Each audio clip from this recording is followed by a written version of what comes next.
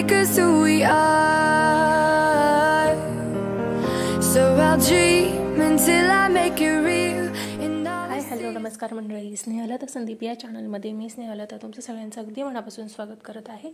तर मी आज तुमच्यासोबत शेअर करणार आहे माझा बेडरूम क्लिनिंगचा व्लॉग. तर व्हिडिओ शेवटपर्यंत नक्की बघा. व्हिडिओ आवडला तर व्हिडिओला लाईक, शेअर आणि सबस्क्राईब नक्की करा. आणि सबस्क्राईब केल्यानंतर आज तुम्हाला फ्रेश असं हाईप ऑप्शन दिसत असेल तर हाईपसुद्धा नक्की करा.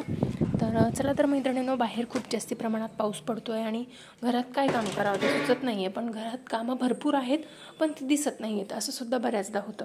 तर माझंही आज तसंच काहीसं झालेलं आहे. बेडरूम म्हणजे कपड्यांचं सुकत घालायचं जे बनवलेलं आहे तेव्हापासून बऱ्याच पसारा कमी होतो. पण काय होतं ना, एक कपडावरती पडला, त्याच्यावर दुसरा, त्याच्यावर तिसरा, असं करत करत भरपूर सारे कपडे जमा होतात. त्यानंतर इथली वस्तू तिथे ठेवली गेली, तिथली वस्तू तिथे ठेवली गेली, असं करत करत बऱ्याचशा गोष्टींचा पसारा होत जातो आणि तोच आवरण्यासाठी आपल्याला भरपूरसा वेळ लागतो, पण ते आपल्या लक्षात येत नाही.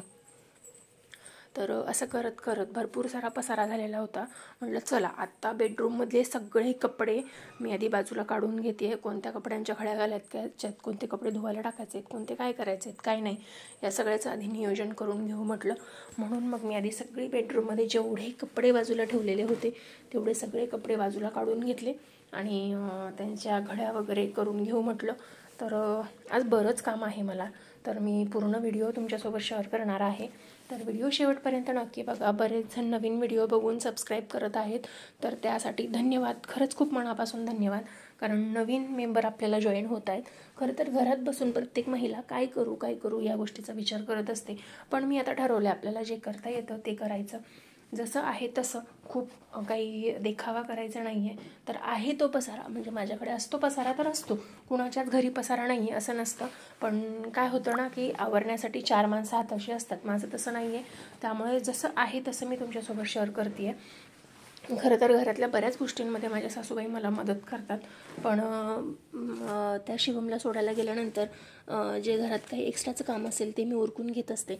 तर आता बघू शकता कपडेच बरेच आहेत, कोणाचे कोणते या गोष्टी सगळ्या वेगवेगळ्या करून मी ते कपडे घड्या घालून घेते. जे धुवायचे कपडे ते बाजूला करून घेणार आहे आणि जे धुतलेले कपडे आहेत ते बाजूला व्यवस्थित घड्या घालून ठेवणार आहे. असं बऱ्याचदा होतं ना, आपलं एका कामासाठी एक ड्रेस काढतो, 1 तासभर घातलेला असतो आणि तो नंतर धुवायचा की नाही धुवायचा, परत वापरून होईल, या गोष्टीने बरेचसे कपडे आपले बाजूला पडतात आणि त्याच्याचमुळे जास्त पसारा होत जातो. तर मी आज जे 1-2 वेळा घातलेले कपडेसुद्धा होते ते धुवायला टाकले, कारण त्याच्यामुळेच जास्त पसारा होत चालतो.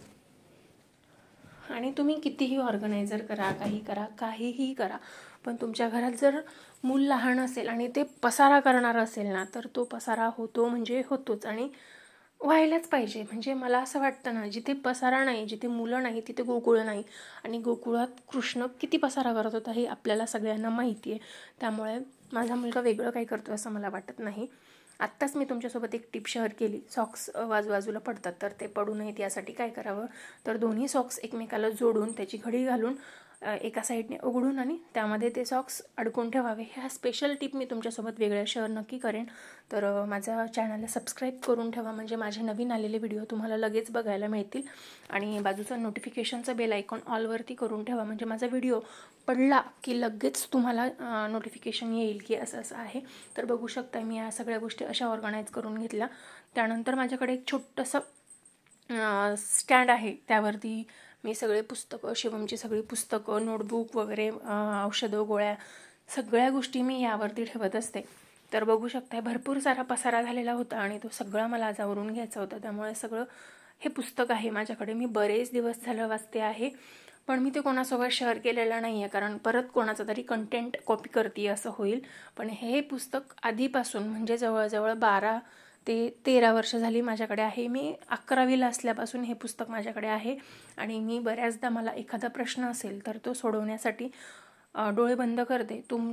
मी अजून एक टिप तुम्हाला सांगते. जेव्हाही आपल्याला एखादा प्रश्न असेल, आपल्याकडे ज्ञानेश्वरी असेल, भगवद्गीता असेल किंवा इतर कोणताही ग्रंथ असेल आणि तुम्ही खूप मोठ्या अडचणीत आहात आणि प्रश्न पडलाय, तर मी प्रत्येक वेळेस काय करते, माझ्याजवळ सिक्रेटचं पुस्तक आहे, ज्ञानेश्वरी आहे, भगवद्गीता आहे, जे मला जवळ असेल ते मी लगेच हातात घेते, डोळे बंद करते आणि देवा मला योग्य पर्याय, योग्य मार्ग, योग्य मार्गदर्शन कर असं म्हणून जे पान उघडेल ते वाचते आणि मला 100% त्यात काहीतरी उत्तर मिळतं आणि त्यातनं मोकळी होते मी.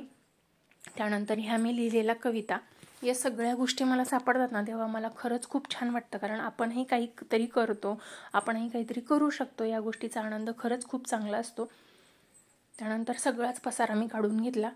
बऱ्याचदा मी हे आवरत असते तरीही तो पसारा होतो आणि मला माहिती आहे की सगळ्यात जास्त पसारा मीच करते, कारण दुसरं कोणी माझ्या जास्त गोष्टींना हात लावत नाही.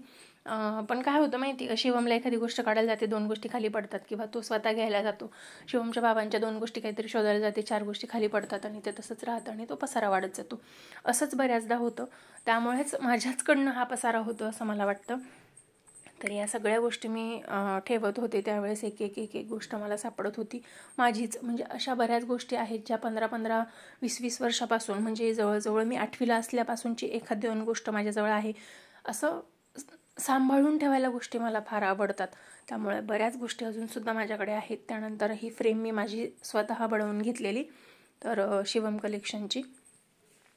काही गोष्टी आपल्या मनासारख्या होतात आणि त्या आपल्याला थोड्याशा बाजूला ठेवाव्या लागतात, या गोष्टीचं दुःख होतं. पण दुसरी गोष्ट आपल्यासमोर तयार असते, या गोष्टीचा आनंद म्हणून आपण पुढे चालायचं असतं, हेही मला माहिती आहे तितकंच. तर सगळ्या गोष्टी व्यवस्थित ठेवत असताना अजून एक गोष्ट लक्षात आली की मी बऱ्याच गोष्टी तुमच्यासोबत शेअर करते आहे. तर माझे डेली व्हिडिओज तुम्हाला कसे वाटतात हे सुंदरशी कमेंट करून मला नक्की सांगा. आणि त्यानंतर मी इथे होता तो टेबलसुद्धा आवरून घेतला. त्यावरती माझ्याकडे असा वेगळा असा मेकअप आरसा वगैरे नाही आहे, त्यामुळे माझ्या सगळ्या गोष्टी मी आत्ता ह्या टेबलवरती ठेवते आहे. तर बघू शकताय, ऑलमोस्ट बऱ्यापैकी पसारा आवरून झालेला आहे. समोरच्या कंबेडवरती, सोफा कंबेडवरती जेवढा पसारा आहे तेवढाच आता आवरायचा राहिलेला आहे आणि तो मी आवरून घेते आहे. जसं की मी तुम्हाला आधी सांगितलं, छोट्या छोट्या गोष्टीवरती कुठेतरी ठेवल्या जातात आणि तो पसारा होतो. तसाच हा पसारा आहे. हाताशी लागलेला वही तिथे ठेवली, पेन तिथे ठेवला, पिशवी तिथे ठेवली, कपडे तिथे ठेवले, असं होतं आणि तो पसारा वाढत जातो.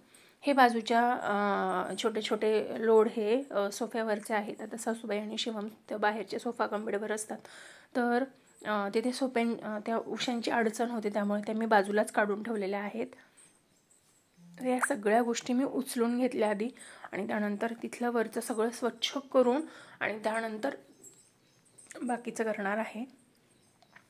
तर मी तुम्हाला असं सांगत होते की बरेच जण व्हिडिओ बघतात पण सबस्क्राईब केलेलं नसतं, तर प्लीज सबस्क्राईब करा.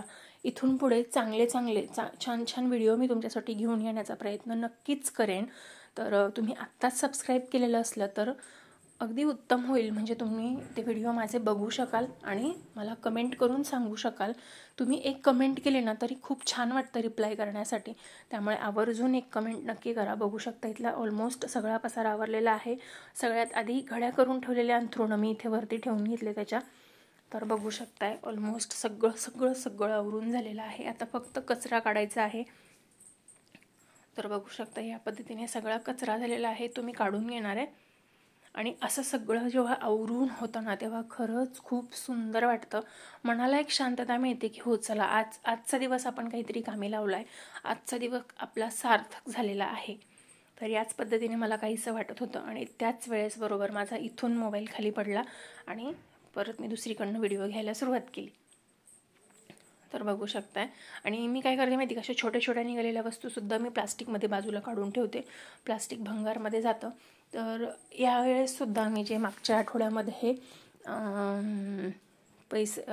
भंगार बाजूला काढलेला, त्यातनं मला 80 रुपये आले. 80 रुपये फुकट आपल्याला कोणी देत नाही.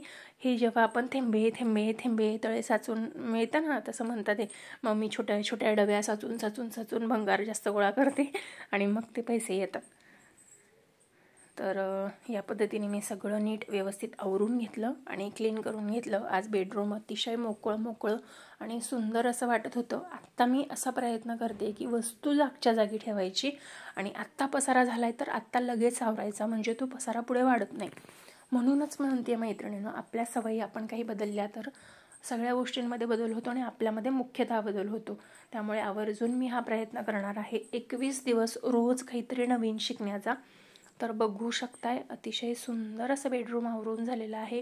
खूप सुंदर दिसतं आणि मोकळं वाटतं, सुटसुटीत वाटतं. तर आज मी आवरलेला पसारा तुम्हाला कसा वाटला आहे ते मला एक छानशी कमेंट करून नक्की सांगा. तुम्ही जर आपल्या चॅनलवर नवीन असाल तर चॅनलला सबस्क्राईब नक्की करा. सबस्क्राईब केल्यानंतर त्या बाजूला येणारा बेल आयकॉनसुद्धा नक्की प्रेस करा. कमेंट करताना हाईप हे ऑप्शन येतं ते सुद्धा नक्की प्रेस करा. चला तर मैत्रिणींनो, भेटूया नवीन व्हिडिओमध्ये नवीन काहीतरी घेऊन. तोपर्यंत तुम्ही सुद्धा असंच काहीतरी करत राहा, आवरत राहा आणि स्वतःला सांभाळत राहा. चला तर मग भेटूया नवीन व्हिडिओमध्ये नवीन काहीतरी घेऊन. तोपर्यंत बाय बाय. श्री स्वामी समर्थ.